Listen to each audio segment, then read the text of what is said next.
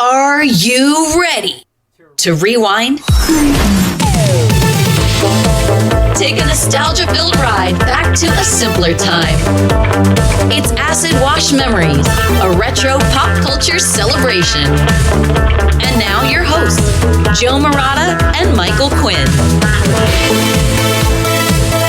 Hello, everyone, and welcome to episode 23 of Acid Wash Memories, a retro pop culture celebration. Today, we want our MTV. My name is Joe Murata, joined by the original VJ, Michael Quinn. How you doing there, Michael? I want my MTV. I know you do, Michael. I said it with a British accent a little bit, so I sound like Sting in them. Yeah, Pete Townsend. Yeah. Thank you guys for sending yourself over here to...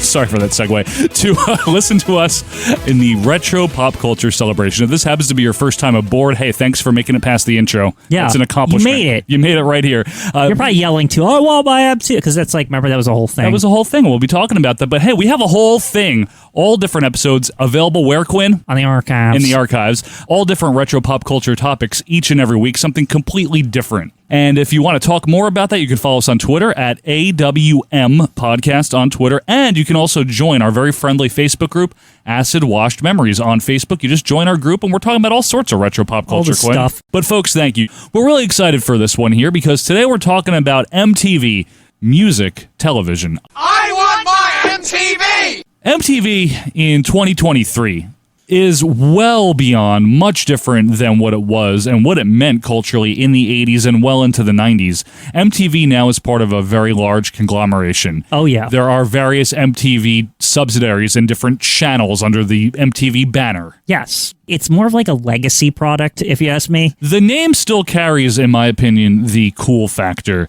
And I guess what we're here to talk about is how that whole cool factor got started, because MTV in the 80s and 90s turned the unknown into stars. Yes. It turned stars into superstars, and it took an audio medium and merged it with a visual medium. Yes. Television. Yes, and it informed music television. MTV Music Television in stereo. You'll never look at music the same way again. And that had never been done to that degree before. Obviously, there was music videos. We're going to talk about those. It's true. But it also influenced and permeated the pop culture zeitgeist. Can I say zeitgeist? Sure. It brought music into... It already was mainstream, but it brought it to, like, because it was, like, in front of your face for something to watch. Yeah, visually. It made it even bigger than it already was. Exactly. Right? And it influenced fashion. Yes. It influenced a lot of different tastes and things of its time. And it did have that cool factor, Quinn. If you heard MTV, growing up in the 80s, 90s, you're like, oh, I want to see that. MTV. It's on MTV. Lip Service, The Grind, MTV Jams, MTV's Most Wanted, Beavis and Butthead, and Kamikaze. MTV's Afternoon, every weekday on MTV. I can see it just selling cable in general, right? Oh, if you heard about this thing. Absolutely. Like, honestly, like, before MTV cable, like, yeah, they had some cool stuff like endless movies or sports or whatever. Sure. But to younger people, they're like, I don't know. Like, why would I beg my parents for this? Right. Right? It's like, I want to go listen to music or whatever because that always was popular with kids, right? Yeah, of course. Or go to concerts or something. Now it's the concerts are in your house and they're endless, right? Exactly. And you get to see the hot new artists, their videos. What are they wearing? What is the video like? Yeah. And it really became destination television for a lot of people for more than a generation, in the 80s, 90s. Yeah, it even kind of like replaced radio to a sense when it was like in the rotation mode where it would actually be done like a radio and not like later. Like a television program. Right. Like we said, today MTV is the home of reality TV, became very successful with that in the 2000s. It's the home of Rob Dyrdek. It is. Ridiculousness. It very much is the home of Rob Dyrdek. Yes, that really is real. And the kids that are growing up now or grew up maybe the last 10, 15 years, it probably doesn't mean to them what it meant to me, what it meant to people 10, 15, 20 years older than us listening to this. I remember my teen years when it still was like, they had changed things, but it still was a destination in the afternoons. Absolutely. There was good programming on there and the music. What's going on? Carson Daly here. Total Request Live, moments away. Top 10 most requested videos in all of the land. But we're going to start in the beginning, as we always do. Quinn, what's a music video? See, there's this thing called music where you listen to it, right? There's this thing called video that you watch, right? Okay. But what if they were singing or playing music in front of you while you watched it and also just doing like cool things like jump out of airplanes or like go on beaches or eating cereal or walk through towns and there's all these bad dudes around and they're acting cool. Like it's like that. That's a music video. There you go. So now you heard it here first, folks. MTV, contrary to maybe popular opinion or misconception, it wasn't as if the music video was invented with MTV in 1981. It was a promotional device, especially in the UK, but even like you can find like Donna Summer like music videos that she made that she recorded like in the 70s. Sure. So, like they exist. Even in the 60s, there's the Beatles recorded certain like video things that they did for stuff, right? Correct, yeah. The music video had existed, and obviously people singing to music and performing in front of people has been around since musicals, on the stage, and musical movies, which were adopted from that. And the way music programming was prior to MTV is it was shown in either live or lip-synced performances such as like American Bandstand. Our special guests of the day are Steve Alamo from Where the Action Is and the group called Love, the fellas who sing My Little Red Book. It'll be a busy day. With Ed Dick Sullivan Clark. Show. They're a sensational group. Here, the Jackson 5. So let's have a fine welcome. Top of the Pops, Yeah. For all of you, from all of us here, a fabulous, fantastic BYRDS, the Birds. And like Quinn said, there were promotional clips by bands such as the Beatles in 1965 and onward. The Moody Blues even predated them in 64 with Go Now, which was their big single. It felt very utilitarian, right? It was kind of like, we can't make it, so we sent this. Well, that's exactly what it was. It was a promotional clip. Right, exactly. It was done to alleviate or avoid having to make all these appearances in person. Right. And focus on other things. It was a promotional tool. Bob Dylan in 1965 got in on it with Subterranean Homesick Blues. The Who in 65 with I Can't Explain. And later on, Pink Floyd, The Kinks, The Stones, even into the 70s with Alice Cooper, David Bowie. And in 1974, in Australia, so shout out to our Australian listeners. Hi. G'day, I believe it is, Quentin. G'day. Foster's. Beer. Foster's, Australian for beer. We're sorry. There were two shows that launched in 1974 in Australia, and they were called Countdown, Foster's, and Sounds. Sounds is a very, what a name. It's just a bunch of sounds. It's just, that's what music is, right? It's just a series of sounds. Unlike the internet, which is a series of what? Tubes. It's a series of tubes. Exactly. Both of these shows, Countdown and Sounds, played these aforementioned promotional clips from bands of the time and in the past, and they were influential to exposing these bands from Australia to a wider part of the country and also wherever else these programs aired, such as AC/DC and Ecstasy. And in 1975, there was a band known as Queen. You might have heard of Queen. Oh, them, yeah. You ever hear of them? Yeah, they had videos. I've seen them before. They did. Their Bohemian Rhapsody video, the original one, not the Wayne's World-like mix-in. Shitty Beatles. The shitty Beatles, are they any good? They suck. That's from 1975, and they played that on Top of the Pops. That might be the template or the prototype for what we would call the first modern music video. Yes, and I would say the difference is they're not just standing there playing their instruments and performing the song. It's like it's got like a theme to it, right? They're like, and it's just maybe them singing or other things happening, and you're hearing the song. It's got theatrics to it. Yes, right. It's got more of a performance to it, performance art. They started kind of like, why not, instead of us just singing the song like we're in a concert or something, why don't we just, I don't know, get a little bit of production so it stands out, right? Good word, production. That's exactly what it is. As the 70s wore on, these types of clips and videos became more prevalent, and there were programs that maybe some of you guys have heard of, some of you old school music heads out there, like Midnight Special, Don Kirshner's Rock Concert, and in 1979, if you're keeping track with the years here, there was a program called Video Concert Hall, which was shown on both the USA Network and Showtime. Here's lovely Rita Coolidge, on Video Concert Hall. It played music videos from such artists as ABBA. So we're talking of the time, right? Is it ABBA or ABBA? Joe? ABBA. I thought it was ABBA. Maybe it is. Blondie or band. Blandy. Blandy, yes. The Buggles, they'll become important. Yeah. Or the Bugles, as some people know them. David Bowie. Yeah. Or Bowie. Yes. Devo, Dire Straits, Police. That's good, Sting. Yeah. Parliament Funkadelic, hi Matthew Toy. Styx. This sounds like a great lineup so far. Donna Summer, like Donna you said. Summer's great. I just watched a documentary on her. She was the best. She's still one of your favorites, right? Absolutely. That greatest hits album, Joe. Just gets me fired up. Now, that is, including Donna Summer, just a smattering of the artists, but I'm saying this to give you a context that they were playing the popular artists of the time, regardless of genre, right? Because Donna Summer is very different than the Police, yeah, etc. And I know just from like reading a book on MTV, a lot of this was out of necessity because it was like, where do we get music videos? So it was like whoever made one, that's where. Yeah, and these were the people making. There's not enough of them, so you just take what you can get. You're not looking for like certain genres here. Exactly. You just play what there is. And another thing that there was during this period of time was a show called Pop Clips on Nickelodeon, which was fronted, believe it or not, by the former Monkey, Michael Nesmith. Wow. Yes. And he wanted to have a music video program, which began production in 79, aired from 1980 to 81.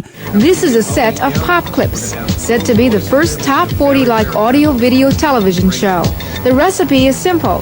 Add pictures to rock music, combine this with a disc jockey you can see, and the formula is a hit. And other people at Warner who owned this, well, they kind of took the idea. They stole it from me, Carmine! They took it! So MTV came together around the time of this program that we're talking about. At the time, there was a company called Warner American Express Satellite Entertainment Company. What a combination of companies. It sounds made up, right? Yeah. The Warner's involved with American Express? I guess they were, yeah. What? And the gentleman who was primarily responsible for founding MTV is named Robert W. Pittman, and he was a former DJ who then became program manager at several radio stations in the United States, including the flagship in New York, WNBC. WNBC. Exactly. Big station. WNBC. He would eventually, after the MTV days, Quinn, go on to found Quantum Media. He became the CEO of Century 21. It's a weird thing, right? And then to make it weirder, the COO of America Online. Oh, that? Then the chairman of the Clear Channel Network, and then that eventually became the iHeart Media. And he's still involved with iHeart Media. He's still in the game, huh? Still in the game. But at this time, he's a young guy, and he tested his format that he had in mind with a 15-minute quick program called Album Tracks. Hi, I'm Bob Pittman. This morning on Album Tracks, we'll have news of Yes, Chicago, and Brand X. We'll also have summer concert info for you, new albums due for release, and a profile of Todd Rundgren. He was able to get that on NBC4. I'm assuming due to his prior relationship with WNBC. What was that on 3 in the morning? Probably something like that, yeah. Have you ever been in the New York area where if there's something like weird, it's probably on at 3 in the morning? Exactly. And there are a few other people, we're not going to go into detail on them, that were also involved in the founding of MTV that Mr. Pittman worked with. Les Garland, John Sykes, who is actually currently the chairman of the Rock and Roll Hall of Fame Foundation. Oh. And Tom Freston. Now, another gentleman involved here, Robert Morton, he had a great quote I had to read. We'd explain that we were starting a music channel and we were going to play videos, and people didn't even know what videos were. Yeah. That's how difficult this pitch was to get across. Yeah, because here's the thing, too. VCRs are new. Very new. You know, so like the word video, everyone's like, what the hell does that mean? They probably think motion picture or movie. Right. Right? Is like when they think of anything. Or television. And television. And you got to remember, at the time, up to, this time, 79, 80, the typical consumption method for music was as follows. The radio, or your physical media such as like an LP, right, cassette, whatever the case may be. There's no visual aspect to it generally, unless you're talking about the Ed Sullivan Show or something like that. Only watching either maybe a concert is played on television or an appearance on a talk show like Sullivan, or buying a ticket and seeing them in person. But even though these music videos existed, they weren't widespread because there was no widespread distribution for them. Again, yet. They were just blurbs on television programs. Correct. Like they were just like, oh, we got this thing, and Donna Summer's going to be on the show, sort of. Right, like, kind of, yeah. In theory. Yeah. So all of these men that we mentioned, these founders of MTV, they were all relatively young at the time, 20s, maybe early 30s, young people, hungry, wanting to make a change, and none of them had ever done something such ambitious as, forming a brand new channel/medium in a way. And they just liked music and then TV, and they wanted to mash them together. And they had in their own description, somewhat of an attitude about it. You know what I mean? They really did. They wanted to make this be successful. They knew what they wanted. Right? Yeah, they quit jobs to make this happen. They put their time in. They went all in. They went all in. One of the other great quotes out of this was, "We're going to do what FM did to AM." There you go. That was one of their mantras. I like that. And I remember this was a lot of the theming of the channel, or the, whatever, the focus. A lot of the VJs in those early clips, they would mention stuff like them. It's like the next step of radio, right? It's like you won't even need to turn your radio on. You just turn your TV on. It does everything, right? You're still hearing the top 40 hits. Right, you're hearing all the songs, but you can see them too. I think that was like the vision, right? It was literally. Ultimately, you wouldn't need the radio anymore because you'd have it just be combined. Yeah. The first stereo music TV channel, MTV, music television.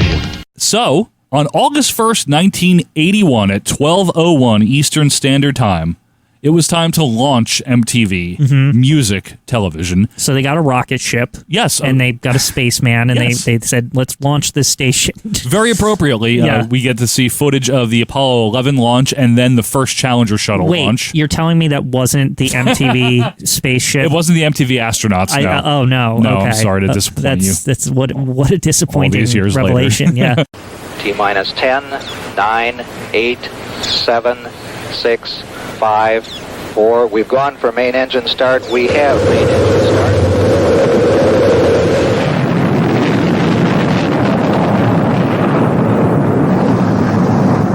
Ladies and gentlemen, rock and roll.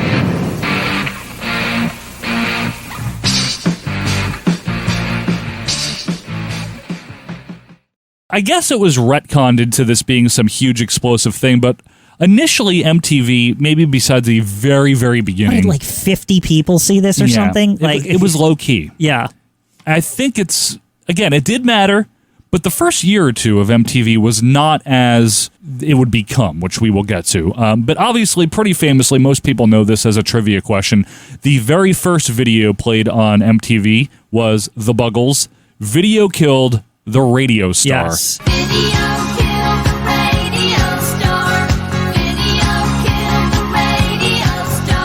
And I'm pretty sure after an hour, it was also probably the first video played twice on MTV because they were out of videos. Yeah, they didn't have a lot. Yeah.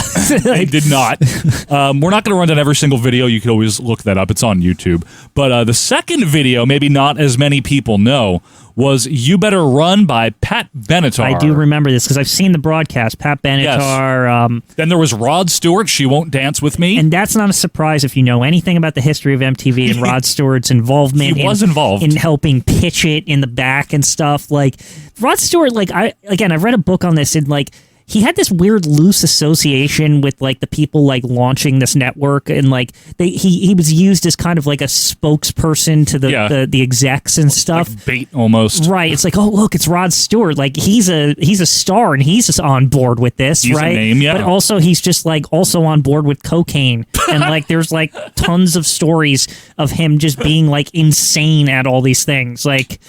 And he was everywhere with them for months. They had to deal with him. That sounds like a tough job. Yeah, dealing with Rod Stewart. I just thought it was always this fascinating little weird tidbit of the launch of MTV. Why is Rod Stewart all over this? Would you want to be hanging around Rod Stewart for months? I don't think I could. Not in his heyday. Not even. Yeah, not in his heyday. That's for sure. Not until he became soft rock or whatever later on. Yeah, and just covering other people's shit. And right. All that. Yeah. And then The Who was also featured on day one with You Better You Bet, which was actually a contemporary song for them.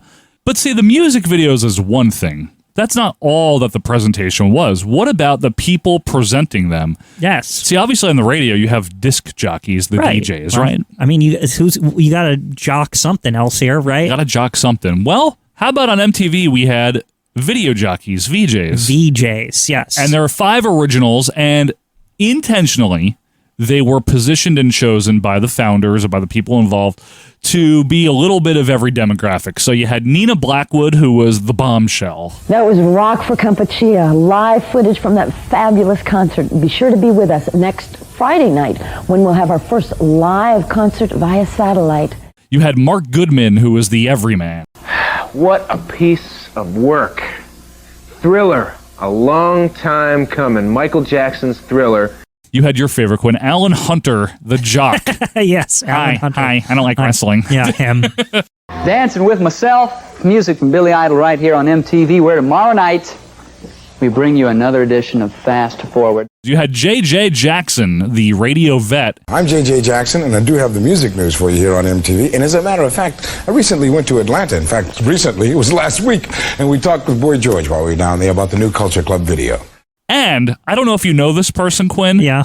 Martha Quinn, the girl next door. Yeah. We are ready for our Sunday night special. Eric Clapton is a guy who can indisputably be called a rock legend. His career stretches back over 2 decades. Any relation? Yes, she's like my second cousin. There you go. There you go. I got to tell you guys a story just because it's funny. I met Quinn in 8th grade. I found out what your name was, Michael Quinn. And I very sarcastically and almost just like as a throwaway line, I was like, what, are you related to Martha Quinn or something? And you're like, yeah, actually. Yeah, it's true. And I just thought that was very funny. She's in the family. Yeah. That's all we're saying. That's all we're saying. That's all she wrote. And she was the girl next door. She was like young. She was supposed to be like the cute one. And, right. And she was very good. I think she was probably the most popular. Do you think that this was like kind of like a thing so that different types of music fans would be ingratiated to one, or they'd see one and be like, oh, these kind of songs are going to be on or something? Like, you know, I don't know if it was that so much as, you know, like when you're putting together an ensemble cast for a play or a television show, you want to differentiate everyone. Yeah, I just mean to say is like how the radio is, like, you know that certain disc jockeys play like certain Eddie Trunk things. Yeah, like that's my, Eddie Trunk. Eddie Trunk's awesome. Don't diss it. Little Eddie Trunk. Steven's You're Underground laughing over there at Garage. Eddie Trunk. He's great. No, I know he's not. He was amazing in his day.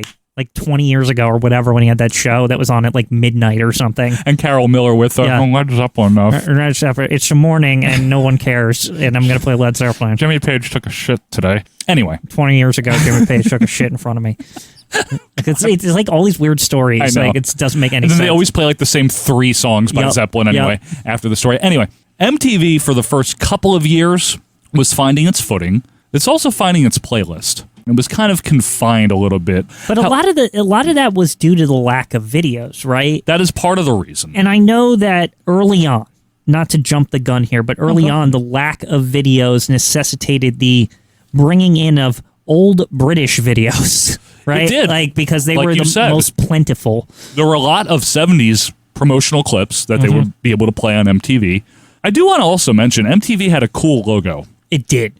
Absolutely. It was designed by a firm named Manhattan Design, but I love the MTV logo and how they would change it all the time and do variants of it. My favorite aspect of it is that it's like never changed, that it's always it's a color modification or like it's something minor, or but what's so cool is that M behind it, right? It's so big that they were always able to find weird different patterns and like goofy stuff to put all over it and like change it up depending on like what the show was or whatever. I love that about it. And they've stuck with it forever, but I think that's almost like it's just because it's so versatile as a logo, right? You can change it for anything, the times you can change it. Yep. Between its logos and the way they would change their branding and update the logo and modify it, and the idents that they would do idents 48 times per day, twice per hour. All day, all night. The music never stops. MTV Music Television.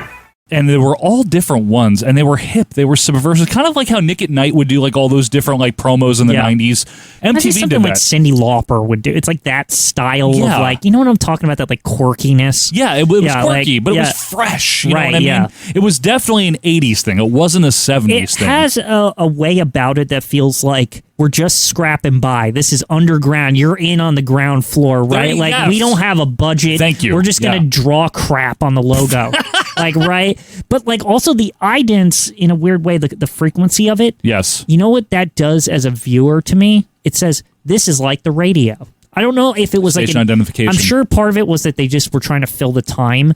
But at the same time, it also works because of this is a radio on television, and that's how radios are. It's like they're always saying their name. I mean, that was the original concept for those first few years. Yeah.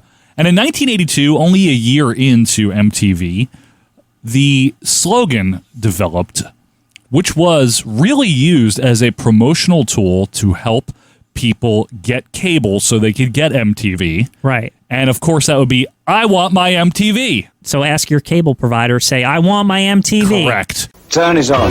Leave it on. America, see the music you want to see. I want my MTV. I want my MTV. I want my MTV. I want my MTV. 24 hours a day on cable TV. Stereo, interviews, BJ, tour day, world premiere video special, music news. I want my MTV, MTV, MTV. Yeah, too much is never enough. And this was almost viral. It wasn't viral marketing, but it was very, very brilliant because they would get all different people, starting with the regular people on the streets. They would have like a montage of them saying, but and then VJs and stuff. VJs. Yeah, like the people that work there. Okay, right. Yeah, but then they started getting musical artists like Pete Townsend, for example, Sting, all kinds of people sang it, and that lent credibility to it. And the show, like, oh, these people actually pay attention to MTV. This isn't some like rinky-dink operation. Yeah, here. I think a lot of the early like promotion for it, like you said, was good because this wouldn't have worked if the music industry itself wasn't kind of getting behind it a little bit, because it was like all these artists coming out, like, and it didn't matter what genre you were interested in, right? You might be into punk rock or you know, just like straight pop. You might be in like rock, more disco with Madonna and stuff, like, you know, like new wave and all that. Like, it doesn't matter what you're interested in. One of those stars from one of those genres is saying, "I want my MTV." Yeah, that's right? a good point. Like, and it immediately is like, "Oh, are they on it? I want to see that." You know. You know, it's interesting you bring that up because a lot of times on the show we've talked about when something new enters a medium, sometimes it upsets the apple cart. You know, either the film industry gets mad about something or the cable industry gets mad about something. This was a case though where no one had confidence in the idea initially, but there wasn't a whole hell of a lot of resistance once it got going. I think because it seemed stupid, but then probably I would imagine radio stations were probably getting pissy that they let this even happen. If anyone would, it'd be the radio stations, right? But I would think that anything that helps elevate the music business in general is good. You know, what's good for the goose is good for the gander. Right, yeah. As far as I know, I never had a goose. I didn't either. So. Or a gander. Me either. You ever have a gander? I don't even know what that is. I know, is that looking for something? Yeah, Gandering? that's what it is, Quinn. No, it's a male goose, I believe. Oh, okay. Papa Goose? Papa Goose. Not Gotcha. Mother Goose. What is this? She writes books and shit. Now, did it have MTV written on the side of the goose? They should have had an MTV goose. That would have been amazing. Now, the I Want My MTV slogan, by the way, which was famously uttered by Sting in that Dire Straits song, Money for Nothing.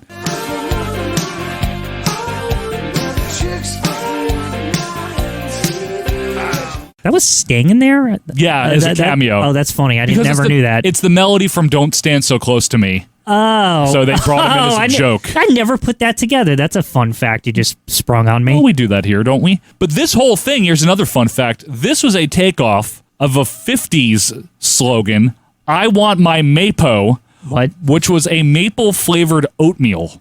Okay. And much like the Wonder Years, remember how that was a takeoff of the Wonder Bread thing? Yeah, that was weird. And even like Punch-Out using that old Gillette theme song. Yeah. They're taking something very old, you know, I want my Mapo, and turning it into their own cultural thing. It's also, nobody remembered I want my Mapo. I don't think anyone wanted Mapo. Yeah. I think they were trying to convince themselves that people did.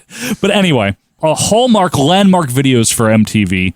Where Michael Jackson had quite a few of them. Like, so yeah, this was also controversial, right? It's like, if we even just get to Michael Jackson. So we had that whole beginning where it was like new wave videos and British videos, because it's like we don't have anything, right? Right. But they were like resistant or something to putting Michael Jackson on the channel. Yeah. I mean, there are a lot of white kids that put on MTV and say, yeah, where's Stevie Wonder? Where's Marvin Gaye? Where's Rick James? You know, where are all these acts? Next to my Billy Joel record is Rick James, and next to my Van Halen record, there's Earth, Wind, and Fire. And next to my AC/DC record, there's maybe Aretha Franklin, Diana Ross, or something. Where are these people? I mean, don't we exist? CBS Records like essentially just like blackmailed them and said, like, you don't get any other videos from us, and we own like practically everything. Yeah. If you don't put Michael Jackson on. And they were like, okay. Yeah. And then they did. And then his videos were like better than everyone's, and people like came to MTV for his videos. Like, to me, Michael Jackson's videos and like Duran Duran's, yes, like, they were kind of like the first ones where they were like, no, these are like productions. These are like movies or something. Like, Sure. we're getting like real cameras and stuff. Right. And like Last Christmas is another one where the production quality is like Wham. From Wham, Yeah. where they're at the ski lodge. Oh, it's beautiful. Have you seen that upscaled to 4K? Sure. It's like it's stupidly high Because it quality. was shot on good film stock. Right, and yeah, they preserved it. And all of this stuff is like, to me, this is we hit the era. Once we get past like weirdo ones, we very quickly hit the era of like everything is super high production. Yeah. Right. And Michael Jackson was one of, if not the first, to really lean into that hard. Again, the template that was set by Queen back in 1975. Right. But like Billie Jean was his first big one, and then Thriller, and then Beat It. And that's just on that album. Don't forget, the Bad album and Dangerous with Black or White was huge. Like Michael Jackson. That's much later. But he was a trendsetter as well. Right, I mean. Exactly. It's such a leap, too, because if you even think of some artists that their first videos, like Madonna, for example, right? Like Borderline and that shit, it's like the cheapest looking. Yeah. Like they're so cheaply produced. Like it's her in like a white room with some crap around it, and she has like ribbons in her hair or something, and she's maybe dancing next to a guy, right? It's very cute. Right? But then you go to like Material Girl, where like it's like a lampoon of a Marilyn Monroe movie shot on an identical set with like perfect 1-to-1, like and like the film quality is excellent. It's like the quality of these videos, they really like shot up. It went from like this kind of like underground videos to very quickly the record companies realized there's money here. Right. And the artists that were willing to put the work in and the time in to make these good videos. Genesis was another one. Genesis, the Phil Collins era, obviously. Tom Petty was another pioneer with You Got Lucky was one of the ones. Just plots around the videos, plots and themes. And it wasn't just people playing music. Right. But then also we got the special effects with I Want My MTV, and there's like 3D. Yeah. And it apparently like it's back in the day to like render that. It took a month or something. Like just for like a couple of frames of like a fucking Cube Man or something. I can only imagine. Like, it's just insane. The real breakout years for MTV were probably around 83, like 84 especially. Mm-hmm. That's when the MTV generation really found its footing. When cable started to take off. Cable started to take off. This might be a chicken or the egg situation. I mean, why... Were people buying cable for MTV, or were more people watching MTV because they bought cable? It feels like it was like a 50-50 thing, right? There was probably some people, maybe younger people, who finally, maybe they had just got their first job, so they had a little money, they could get something, right? Maybe that's what they got it for, right? Because maybe they kept it on the background. They're single, they have an apartment in the city or wherever, and they're just looking for just something they can turn on in the background, and maybe a movie at night, right? Yeah. Or there's the suburban, right, where maybe dad's getting it for HBO, but his kids want it for MTV, but he's really getting it for himself. Right, so he didn't really get it for MTV exclusively, but it's a byproduct. It's a byproduct, yeah. That's a good point. And it also became, around this time in the mid-'80s, you didn't want to be, I'm using this term facetiously, uncool by not having MTV. It had that, like I said earlier, that cool factor, that luster about it, where you wanted to be on the cutting edge with this channel. You wanted to watch it. You didn't want... Well, if you were young, especially, yeah. Especially, yeah, the MTV generation, I'm as sure they say. Men and women over their 30s didn't give a shit. No, we're talking about Generation X by this point. Yeah, It's exactly. pretty much the generation that it was catering to. There's another great quote here where aesthetic and personal style started to lead in terms of importance over the sound in the popular music. And MTV had a lot to do with that, because now you're watching the people that are making the music. Yep. It's not just about how it sounds anymore. And with people like Madonna, for very image-based, very image-conscious, and Michael Jackson's big productions, that actually led to a bit of a shift in music. Didn't that kill like bands like Boston and like Chris Christopherson and stuff like that, because they were like, what? I don't know. Well, Bachman Turner Overdrive. I'm trying to think of people the who are meaty guy, that Randy Bachman. notably ugly, like musicians. Not nice. Well, folks, let us know. I don't know. You know what I mean? Just like not photogenic. Maybe ugly is a bad word for it. Lou Reed. Yeah. Let us know your Alice Cooper. Yeah. Let us know your favorite ugly musicians at AWM Podcast and join our group. I just need to say, it's like those guys got edged out like unfairly because their music was still good. Boston's great. Right? I'm a big fan of Boston. I am. And Alice Cooper's really good. Anyway, the impact cannot be overstated here. It really did a lot for the younger generation. It gave them, I guess, teen idols, as they say in a way, but it launched. Absolutely was the 80s version of Elvis or the Beatles. In a way. And maybe if you're doing the 70s, I don't know, T-Rex, who else was big? No, David Cassidy. Journey or something like that. Who's the biggest band in the 70s? Led Zeppelin. Critically, or mid-70s The band. Who? I have a band in my head, not the Who. The Eagles? Not even the Eagles. Good. It's arena rock band. Journey? I think it's Journey. Queen? Yeah, Journey? It's Journey. Well, they were big. Yeah. There was other programming, though, that started to creep in right around this same time in the mid-'80s, and we're not going to get into extreme detail on any of these shows. If we happen to want to do a whole show on specific shows down the road, we can do so. But I did want to mention the Video Music Awards with the Moon Man Award. That started in 1984. Hi, it's Bette Midler. Join me and some of the most electrifying molecular structures on the face of this earth on the first annual MTV Video Music Awards live on September 14th. And I thought this was a great idea. The VMAs? Honestly, because it was almost like there still was probably enough bands that were not on MTV that there was hey, let's award the best music videos specifically.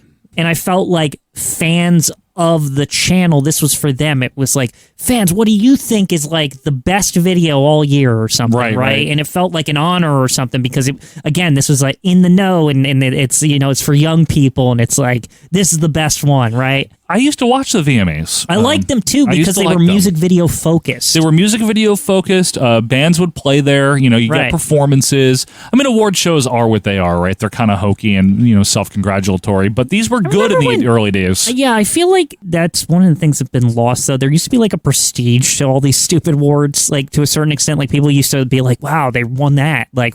There's a competition, right? Was there a prestige, or were we just younger and more naive? I don't know. I feel like award shows have lost the prestige in general. Yeah, maybe television has because they're more about the performances now. That's fair, and moments and things like that, right? And are they going to mess up giving the award, or is someone going to say something stupid? Someone going to slap Chris Rock? Someone going to run up on stage and protest something?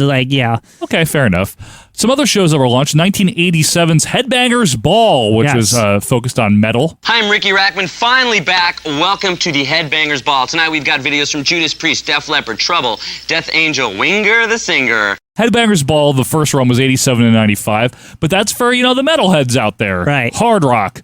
Then there was Yo! MTV Raps, 87 to 95. Cool show. Yes. Yeah. We're on Ed Lover and Dr. Dre show, Yo! MTV Raps. That's where we at. With the other Dr. Dre, not the famous Dr. Dre. Right. Other Dr. I remember this guy. Yes, it's real. Other Dr. Dre. Other Dr. Dre. What happened to that guy? I just lost track of him after that show. I don't know, actually. And that was obviously the hip-hop scene. There was also a game show known as Remote Control. Oh, yeah. 87 to 90. And a biggie, and I really like this series. And it's still, to this day, I don't know when the last one was, but I think they still do it. Unplugged. Yes. And a full acoustic performance from a popular band. Paul McCartney did a notable one. Nirvana did a really notable one. The most intense week of intimacy you've ever had. It's MTV's Best of Unplugged Week, featuring your favorite acoustic moments. Monday, Rod Stewart. Tuesday, 10,000 Maniacs. Wednesday, the premiere of Duran Duran. And Thursday, for the first time ever, a milestone in the history of rock. MTV presents Nirvana Unplugged. And very famously, and just ended recently, the division known as MTV News. With Kurt Loder, most prominently. Now, in a way, this sounds stupid on its head, right? It's what music Why news? does cable television need, music news? Well, this is so small, right? This is so, a new album was released, right? It's But I'll tell you what, Kurt Loder lent so much gravity and prestige they to acted this. like this shit mattered, man. That this was so fucking important. He was good at it. They were all good at it. I'm Kurt Loder. This is MTV News. For the first time since Wham! Toured here 3 years ago, George Michael will be playing outdoor stadiums in the U.S. on the just-announced final leg of his current tour. Unfortunately, the most famous, infamous, notorious thing is when he announced the death of Kurt Cobain. Right. I would say that's probably the most notable Do you moment. think that's the John Lennon dying moment for MTV? I do. If John Lennon had died when MTV was around, that would have been on that. Yeah, in addition to Monday Night Football, incidentally. But yeah, I think so. So obviously when something's popular, other variants pop up by other people, and we're going to run down a couple of those here. But that's a sign that you're doing well. Right. So HBO was the first to get into the copycat format with a half-hour monthly program. That's it. Known as HBO's Video Jukebox. Next, video visions of the tops and pops. A musical melange of imaginative sights and sounds as the Video Jukebox plays next on HBO. This feels like a cash-in, man. It was, because only 4 months into MTV's run, in December of 81, they started doing this, and it ran for 5 years until 86. But a half hour once per month. Not too egregious, right? How about TBS with Night Tracks from June of 83 to May of 92? Coming up next, join Music Video's hottest on Night Tracks. Next on Superstation WTBS. Which was a weekend late-night program where they would run, of course, music videos. You know why all this sucks, Joe? What?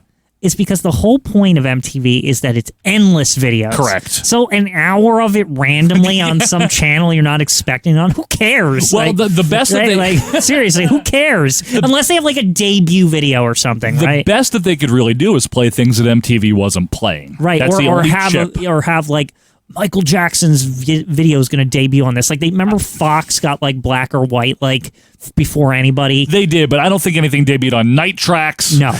Maybe Bread had a new video. I don't know. Maybe Starship.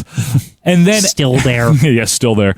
And then NBC notably got into the game. And I remember even watching this as a kid. It was still on. It was on for a long time. NBC's Friday Night Videos started in 1983.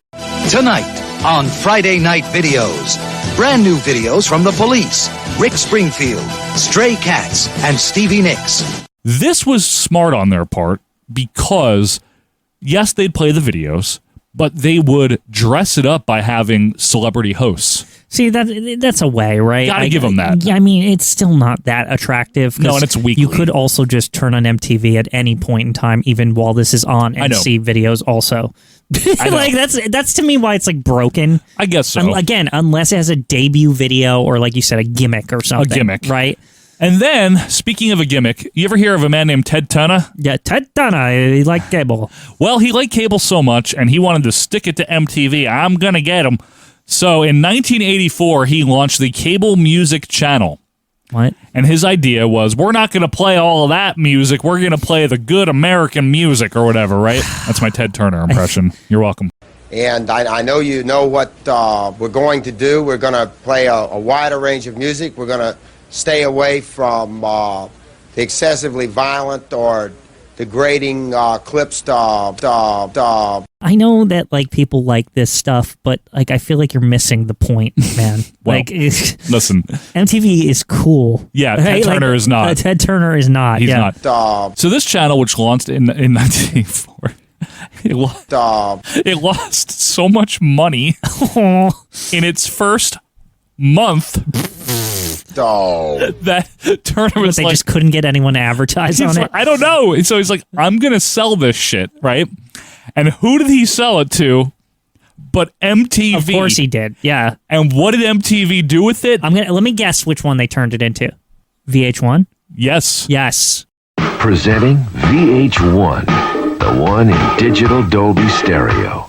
Because VH1 believes that video music should inspire the human spirit. VH1. Now, VH1, to me, this is the true competitor, even though it's like owned by MTV. Yeah, or whatever, it's really a sister channel. What I thought was so smart about this, right, was that this was for the boomers. Right. And then it shifted. It would always be like, it's for the generation behind, right? Yep.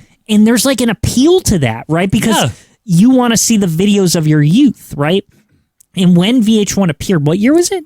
85. 85. So it appeared early, right? Yeah. But I feel like the heyday of it was like the early 90s, because then those 80s videos that were so great were playing on VH1. And I thought, this is genius, right? It's like, this is so good. And they also played more adult contemporary, which they didn't on MTV. Which means Sting. Solo Sting, your absolute favorite. Every time that was on VH1, I'd be like, nope, out. There was a lot of solo Sting on VH1. There really was. It's like, and all the videos are just like him in like a temple of some kind. Like sad. Yeah, sad or stern. meditating, or they're horrible, Joe.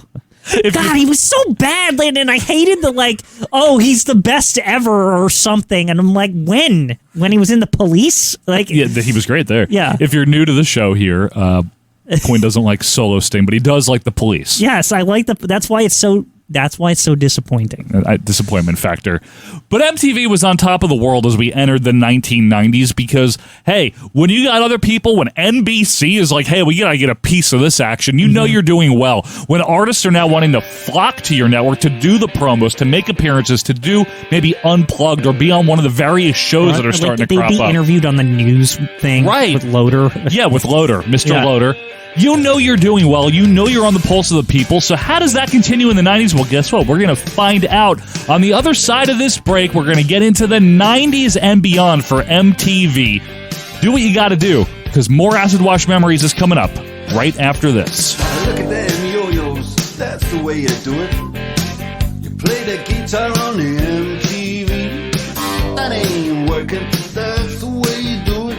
Money for nothing and your chicks for free. MTV Weekends, your favorite music, shows, and special events, non-stop from Friday night to Sunday night. Don't worry, Monday you can go back to work and relax. MTV Weekends, 24 hours a day, twice. Friday night on the Jon Stewart Show, the NBA's $100 million man Derek Coleman, MTV's dynamic duo Dr. Dre and Ed Lover, and Mr. Weird Al Yankovic. Huh? It's diverse. Friday at 10 on MTV. Got your attention now? Good. I'm Matt Pinfield, and I'm going to let you know what's happening tonight at midnight, 11 Central, for 120 minutes on MTV. Lisa Loeb is here to talk about her new album, her debut, Tales. We'll have brand new videos from Smashing Pumpkins, Mercury Rev, Licorice, Extra Fancy, Sunvolt featuring ex-Uncle Tupelo guitarist Jay Farrar, Black Grape featuring ex-Happy Mondays Sean and Bez Ryder, and ex-Del Fuego singer Dan Zanes. A lot of X's here tonight. There's also a cult classic from the church and lots more. So be sure to check us out at midnight, 11 Central, for MTV's 120 minutes. They're bold. They're brave. They're back. Dun, dun, dun, dun, dun. Rejoice, America. Beavis and Butthead have returned with all new episodes. MTV's Beavis and Butthead. Join the celebration. And now we return to more acid-washed memories. And welcome back to more Acid Wash Memories. This is episode 23, talking about MTV. I'm Joe Morata alongside Michael Quinn. Howdy. How you doing there, Michael? I'm here. Yes, the you boy are here. next door. The boy next door. Yeah, that's right. That's what they call me. Yes, folks. Thank you for being with us here. And if you want to follow us on Twitter at AWM Podcast, that'd be wonderful. And really, we have a great Facebook group where people are nice to each other and we just reminisce. It's the nicest, really. It is. There's no drama. There's no arguing. People aren't mean. So if you have a Facebook account, join it. It's Acid Wash Memories on Facebook. Join the anti-Sting fans club. You're going to get heat over this at some point, Quinn. And I'm going to. Who likes him so? Come on. We're going to. We're going to find the person. I think, Joe, that this is a way more popular opinion than you think. Well, I didn't say I liked him. You've agreed I don't like with it me. Either. It's bad. I'm just keeping my cards closer to my vest than you are. You don't even have a vest. I don't. I have a hoodie on. Folks, also, hey, I don't say this every episode. Alyssa does at the end, but if you have iTunes or one of those things, where you listen to this. Where it has subscribe buttons on it. Yeah, subscribe and also leave a review. We'd really appreciate that. It helps. It does help. But let's get back to music television here, Quinn, because things are doing great for them. Oh, it's like a cash register of advertisements. Cha-ching, if you will. They're the place to be when it comes to music on TV. And in the 90s, though, there were some new programs that very slowly planted the seeds for what would become of MTV. And yes, there was some good, there was some bad. Yeah. But the seeds of crap. The manure was coming. Yes, and the first one was 1992's Real World. After the fantasy, get real. The Real World, May 21st, after 90210 on MTV. Now, this a reality show at the time was a big deal. This was not what it became. This was not like what people think of it as. Mm-hmm. But if you are maybe younger, it's like Big Brother or something like that, right? Yes. Where like a bunch of people, like it's usually like what, 4 guys, 4 girls, so they split up the genders, right, equally. They live in a house together, and for like 8 weeks or something. It is. And it's usually like they're handpicked to be different so that there's like drama, right? Yeah, of course, because it would be boring to just watch people get along on TV. Right. But it would. What this show was really focusing on, it was like a weird study on like people interacting. Yeah, it's like a sociological experiment. Yes, coming from different backgrounds and like different races. And what'll happen if they have to live together? What will happen if they have to live together? The early ones are very, they're almost like coming of age. It's almost like a college house of some kind, right? Yeah. They would assign them like an actual job so that they weren't just like loafing around all day. And, right. They would go out every night together. And some of the houses, over the years became really close. And then there'd be other ones where there'd be like complete blow-ups. Yeah. It was fresh for its time. It really, really, it was super fresh. I think the first one was in New York, and I think it had that like hipness to it, where it was like a bunch of young kids. They've never lived on their own, and they're in New York City in an apartment furnished by MTV. Yes, correct. But it seems great at first, but now they got to deal with the people, the real world, right? The real world. I mean, it was popular. Obviously, it ran from 92 until 2017. Yeah, the houses were incredible, by the way. Yes. Like they kept upping the ante with the houses. Well, they have to, because you can't make it worse every year, Quinn. Then people say it's worse. They added the confessional booth at some point. Yeah, were they the first to do that? I think so. Right? Yeah, it was like stuff like that they did first. Yeah, they also had a spinoff known as Road Rules in 1995. You're teamed up with 5 strangers, stranded in the middle of nowhere. All your money and credit cards have been taken from you. You're on the road leading to who knows where and who knows why. Which ran until 04. Not as popular, but they would cross over in the real world Road Rules challenge every now and then. Right. So all Road Rules was essentially was like, what if we did they have to live together, but like on a bus and travel and stuff, and like do like events, and they're like, I don't know. Some of them are like, let's race around the country, dumb. or some of it's really dumb. It's just goofy crap. Yeah, but it was a spinoff. Right. The Jon Stewart Show was an MTV talk show hosted by the Jon Stewart. Before he mattered. He mattered none. People were like, who the hell is Jon Stewart? He hadn't even made Big Daddy yet. Yeah, exactly. he was nothing. He was just a comedian. This is where he got his start. Up and coming, yeah. And he would have musical acts on. It was a cable talk show, like a late night style talk show, but on cable. Please welcome the tallest talk show host in the history of broadcasting, Conan O'Brien. This one was huge for differentiating the programming of MTV. It showed that it could very successfully do something that had very little, just tertiary related to music.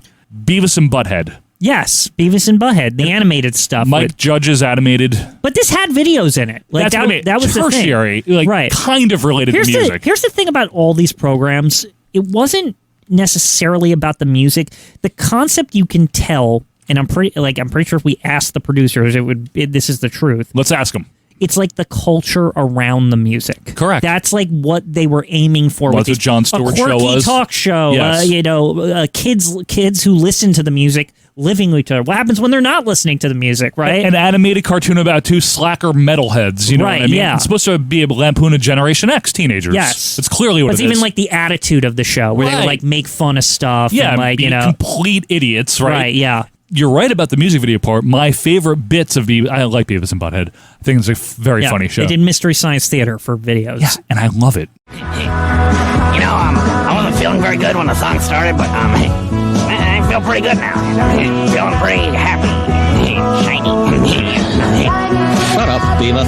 You're a miserable piece of crap. Really, to this day, I could find that funny. It's just quips about the music videos they're watching. It's quips. But it's brilliantly done. And it had a spinoff, Daria. Yes. Late 90s, 97 to 02. Yeah.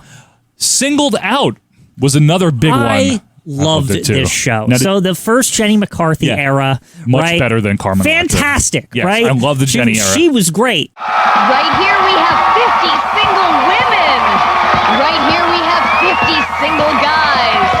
That's right, 100 people all looking for something good on MTV's Singled Out. That show was so much freaking fun because it came on right as what I remember the most about it is whatever timing they did with it, you'd walk in the house from school or whatever, and this crap would be on. Was that like 3 or 4? Yeah, it was on like at some like time. It was like perfectly timed. You'd like walk in, and it was very pleasant to watch. I loved that It's a bunch show. of young people going, woo, yeah, like it's love woo, connection. like yeah, it's love connection for our generation. Right, exactly. Right? I mean, it's what it is, but it's also with the added like the crowd is pretty like raucous for whatever reason. Like that's the one thing You I like remember. that? Yes, I remember that it was very like Should go to a tractor pull then. like like all the like reactions and stuff. Did you like the Ricky Lake show? Felt like imitation Oprah or Rosie O'Donnell. Just checking. Okay. But Singled Out was a big deal, especially Yeah. the Jenny era, although Carmen was okay. Carmen was the replacement later on. Yeah. But she was fine. She was fine. This was before Carmen Electra was like a nobody. This was like where she got her start or whatever. Yeah, I guess so, right? Yeah. And did we even mention, I don't know if this will come up in the shows, but did we mention MTV Spring Break, which was like a thing? Spring Break was a big deal, and it was really, though, to showcase the kids having fun. I mean, really, that's what it's about. But again, it's another vibe kind of thing. It's a vibe thing. So they still show videos, but the hosts now were like on the beach and like doing all this crazy stuff. And I know these parties, like they found out later they got like really out of hand. Yeah, no shit. Right. It was like, hey, let's just put a bunch of kids, no adults. Yeah. And these weird hosts. And like, let's just have them like go fucking nuts. And on top of it, you have the producers like encouraging it. Yes, of like course. drinking and everything. MTV is pleased to present Springer Break! Coming to you from the Grill, Jamaica, ladies and gentlemen, please welcome your host, the man, the myth, the cult hero, Jerry Springer! I'll tell you what. What? As a viewer, this was very watchable. Like, I don't know, man. Not for me. During Spring Break, Joe, I would just always have it on. See, 'cause I was like, this is amazing. I think you played right into their hands because I think they want the kids at home thinking, well, I want to be there, you know? Well, that's what they wanted. I have like notable memories. Like there's that weird thing where like Jerry Springer thing on Spring Break where like some kid got like tricked into thinking like all of it was real. And he like almost beat the crap out of somebody. And there was also the other notable one is I remember like this new band came on it, Limp Bizkit, and I never heard of them before. No. And they were doing like the Victoria's Secret thing, and there's like these models walking up and down. I'm like, whoa! But then Limp Bizkit's like singing all this like angry music, and I was like, this is pretty good. It was pretty fun, man. I wish you didn't tell that story. You don't remember? These were like the... I remember. But these were the things that like it. Spring Break was remembered for. Like MTV would like hold them up as like the top stuff that ever even happened. All I'm trying to say is I didn't like it. That's all. Yeah, I know. I didn't. Tell you what, another biggie though that came up around the same time, 1997, was TRL, Total Request Live. Yes, and so I feel like in a weird way the Spring Break specials were almost weirdly attached to this, and I'll tell you why. It's the live element. What Spring Break in the early days, what it injected into MTV was that they were live. And that was how they preempted the videos, right? Which Correct. was not usually how they did it. His name is Eminem, everybody. What's up, man? How you doing? Dude, I don't know if I'm sure I'm not the first person to tell you, but congratulations, Slim Shady's going to number 2. And so somebody got the bright idea, what if we just did this every day? And what if people could vote on what they wanted? What if we had a ranking? What if it was a countdown? Yeah. And TRL was very popular, especially in the late 90s. Carson Daly, baby. Carson Daly got his start there, and he was the best host of it. I feel that this show was very much responsible for the resurgence of the boy bands and the girl bands and the girl divas or whatever Just you would pop. call them. Like, it was very pop princesses. Like, that stuff. Well, it was huge for Britney and Christina Aguilera and Pink in the early days. And the Backstreet Boys. 90 Degrees. These were the staples of this. And this, to me, revived that genre that had been kind of gone since like the 60s or whatever. This style of like super poppy. Like, it's really bubblegum pop, right? Is yeah. what it is. It's maybe like a little spicier bubblegum than it had been in the 60s and 70s. I mean, the Britney videos were very spicy, Joe. They were for their time. I'm sure they're tame now or whatever, but were they zesty also? They were zesty. I'm just checking. They had some zest. Christina videos were good too. Yes, she was a genie in a bottle. Did you know that? I also think that NSYNC video where they're the toys or whatever. Don't call that spicy. No. I just think that video's super fun. Okay. And it escalates and it's very good. It's like the only song I ever liked from them. Very good. Good video. Well, anyway, TRL was very, very popular. And it ran all the way until 2008. It was revived about 5-6 years ago briefly, but really ultimately, as the 90s went on, beginning really in 1995 and throughout the rest of the decade into the 2000s, MTV started to play less and less and less and less music. It's true. The network, I would say, past a certain point, TRL became like the only music. One of maybe besides overnights or something. Right. Besides, all overnights and on the weekends at nights and stuff, and like it was like dead air. Yeah. They would play videos, but man, it's crazy how TRL became the music aspect. One of the other factors, besides MTV developing all this original programming that we've mentioned, and folks, we know we're probably going to forget a show, and you're wondering why we didn't mention it, and the honest answer is because we can't think of everything to mention. Like a million of them. We're not going to talk about Teen Mom 2 and all this. No, we're not. But one of the factors in music declining is that the music videos themselves went from being a simple promotional tool to now where every artist, every label has to meet a certain standard and then exceed that standard and one-up. Got more expensive. Bingo was his name-o. Exactly. Yeah. By the mid to late 90s, it wasn't an easy, convenient promotional tool anymore. But it became some weird, like, necessary thing that they didn't want to do. Yes, it became a requirement. Right. Judged on its own merit. You were a certain level of artist, or the recording industry considered you a certain level of artist if you had a high-end music video, exactly, right? And like, it wasn't even about I can tell it was more a business thing too. It was like a prestige thing, right? It's business. Like it was the record company said, if we want to push this artist, we got to spend on the video, right? Like that's the only way we're gonna launch this artist, right? But what happened was, as MTV started playing them less, and this is gradual, not all at once, they started to matter less. It's true. Because they're not being played as much. But also, there's also another little thing developing during this, and I would say definitely played into part of it, was like Napster and the internet. The internet in general. Right. And that you could access your favorite artist without the help of MTV. Not that you could could have watched the video at the beginning. You had to, download the song or whatever. Mm-hmm. But you had access to so much music as a consumer. You maybe weren't flipping on MTV to discover. You were just going on Napster. Well, not only that, Quinn, but there were competitor channels that were popping up. Most are not around anymore. There was The Box, there was Viva. To counteract this, what MTV did is say, well, we're going to do MTV2. Right. Now, MTV2 had been around since 1996 as M2, but a few years later, they changed to MTV2, and they kind of shifted most of their music programming over to MTV2. The summer of MTV2 is now.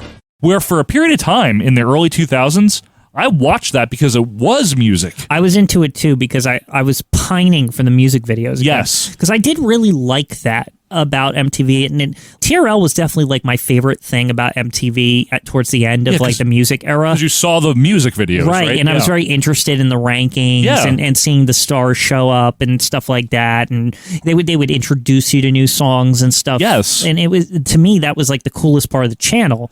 So, I would turn it off after TRL. Right, of course. What are you going to watch? Yeah. But MTV2 picked up the mantle in terms of doing stuff that the early MTV did. That's where I discovered the Strokes last night and a bunch of other bands.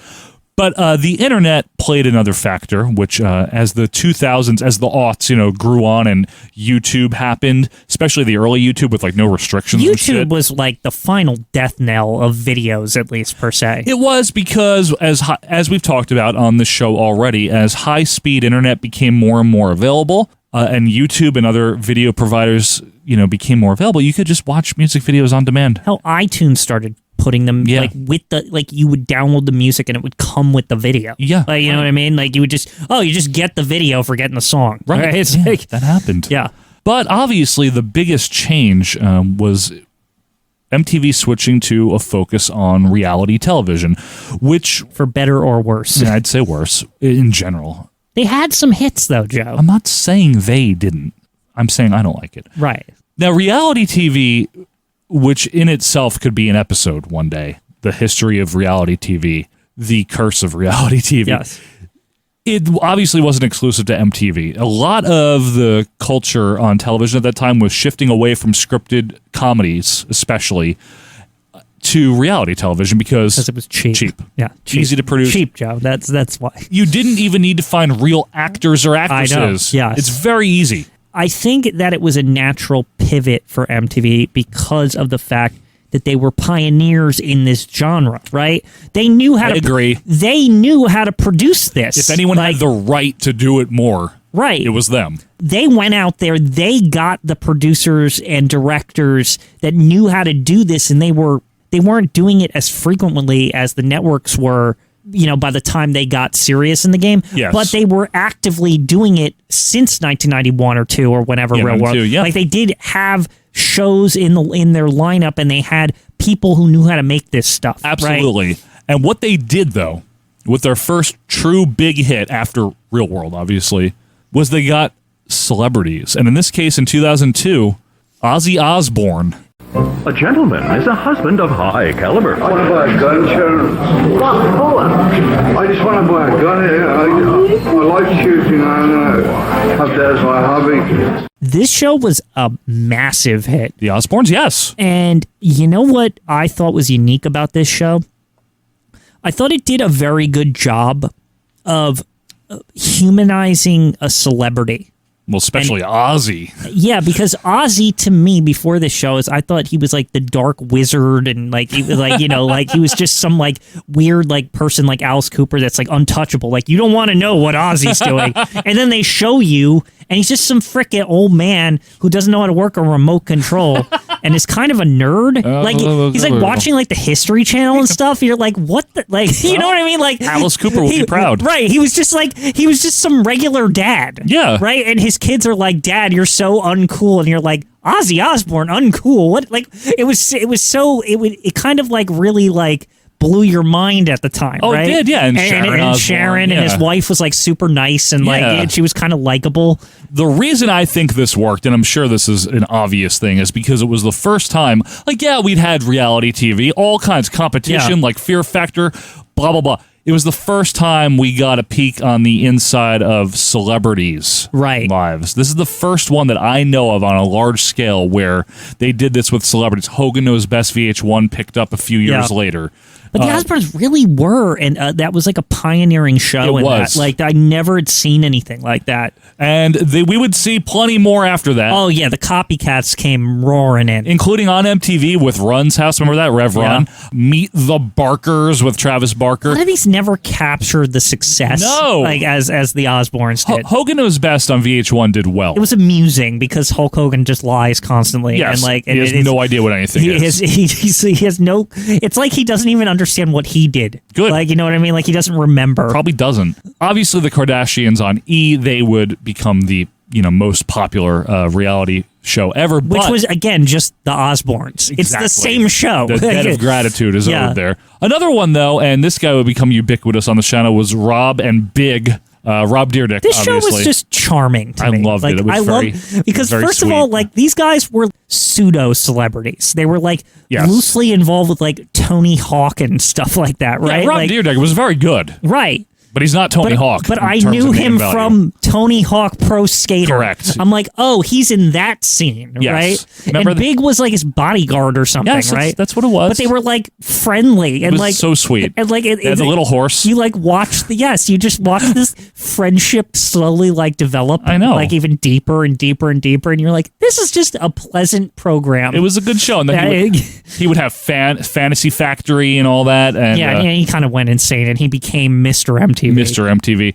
And then an infamous reality show, Jersey Shore, in 2009 and so you roll following. your eyes, but this first season, Joe, God. the first season of it was chef's kiss. Oh, get out of here.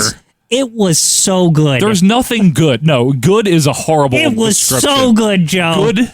Do you remember how people cared about this show to the point, like, I remember parties watching this shit, like the new episodes and stuff. Like, it was so well done at the time. It wasn't well done. I think it's a very crappy show. No, what I think with a bunch of people acting stupid. What I think the difference It's literally what it is of that show and they're mean over a lot of other reality shows at the time is the cast was perfect. And it was like a dice roll. Like it didn't take talent to find that. It was like it didn't take talent. Right. Yeah, I got It's that like, right. It's like these producers accidentally stumbled on like the weirdest collection of people possible. All you got to do is walk into any club in Staten Island to find these people. But they were entertaining. That was the thing, was like they were not like the typical like smattering of random kids from like one's from Chicago, one's from the Midwest, and they were all just like archetypes and stuff. They were just a bunch of weird Jersey people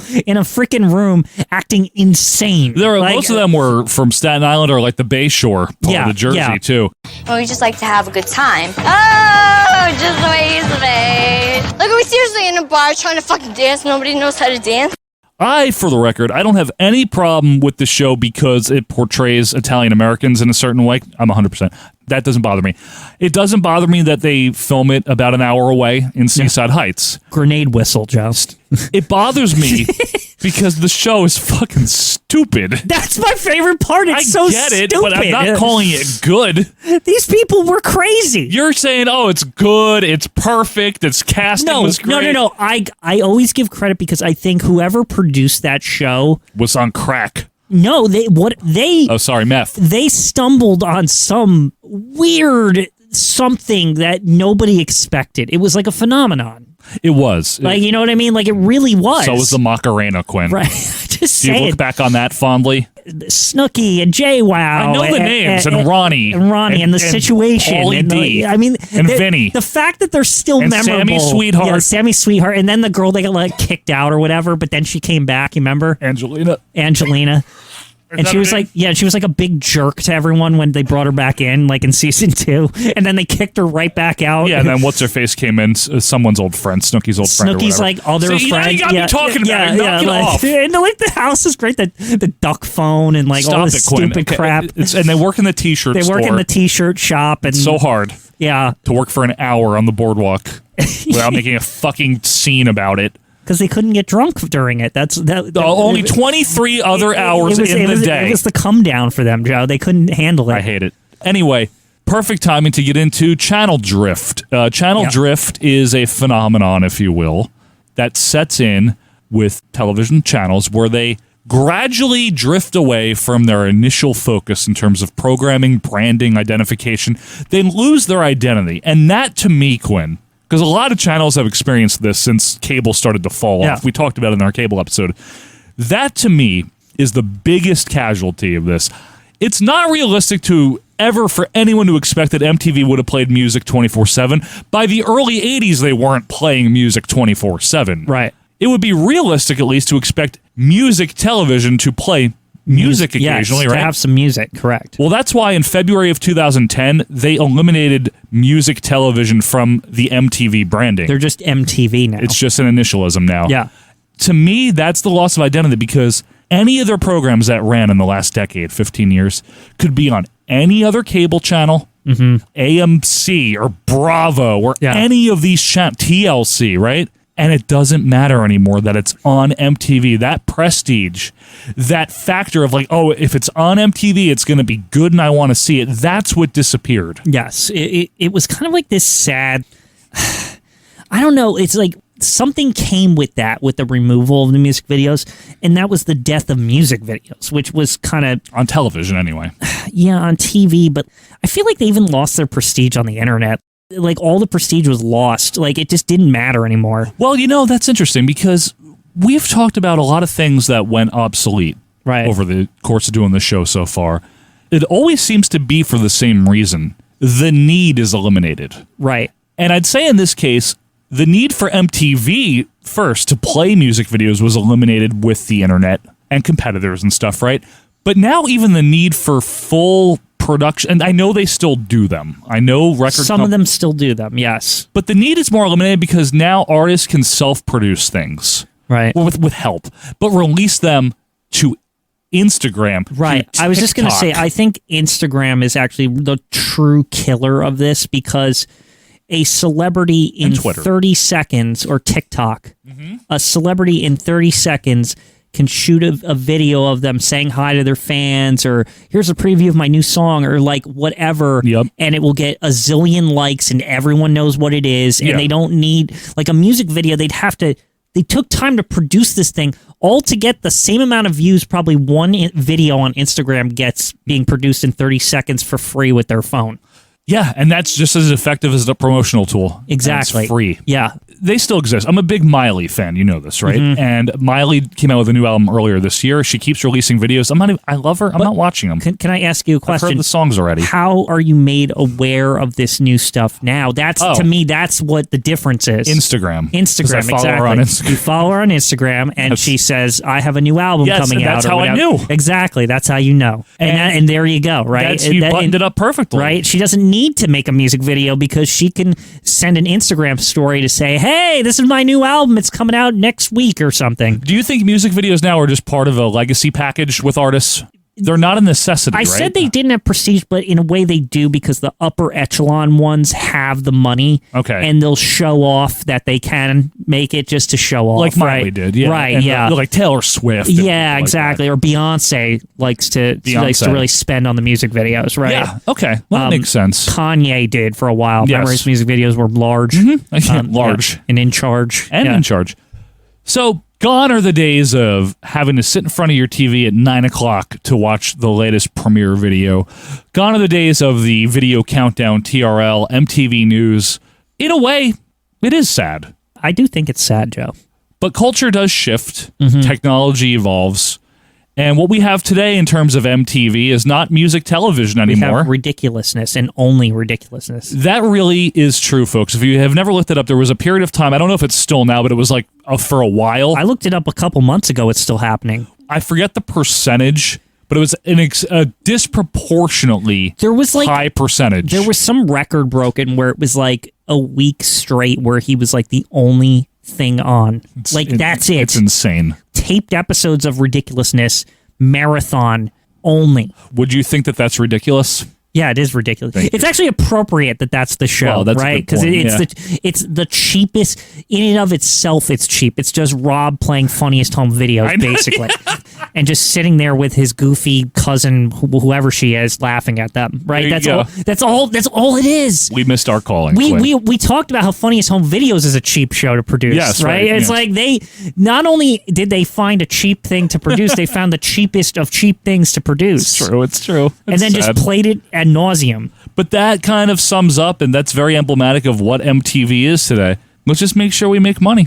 Yeah. That's all it is. Obviously, it's a business. It was always there to make money, but I feel like in the 80s and through the 90s, there was a lot of artistic integrity involved here. They were really going for something, a certain aesthetic, a certain vibe, like you said, a vibe. It's true. A certain je ne sais quoi, if you will, where it meant something to be on MTV. It meant something to watch MTV. And now it's ridiculousness. That's all it is. I think we both agree that we do miss it. It'll never return again. Probably not. No. The internet has replaced, supplanted, improved, or degraded, and depending on your perspective, a lot of these things that MTV used to supply. But folks, what we really need to know is, do you like ridiculousness? Do you like Solo Sting? But most importantly, what are your thoughts and memories on MTV? Did you want your MTV? Do you still want your MTV? Did you get cable for MTV? Yes, I want to know, folks. Let us know at AWM Podcast on Twitter. Join our Facebook group. And remember to leave us a review. But guess what, Quinn? What? We will be back next week for something completely different. It's true. Until that time, thank you so very much for being with us here. Until next time, this is Joe Murata and Michael Quinn, and we'll see you next week for more Acid Washed Memories. See ya. Like what you heard? Be sure to leave a review and subscribe on your favorite podcast app. We will see you next week.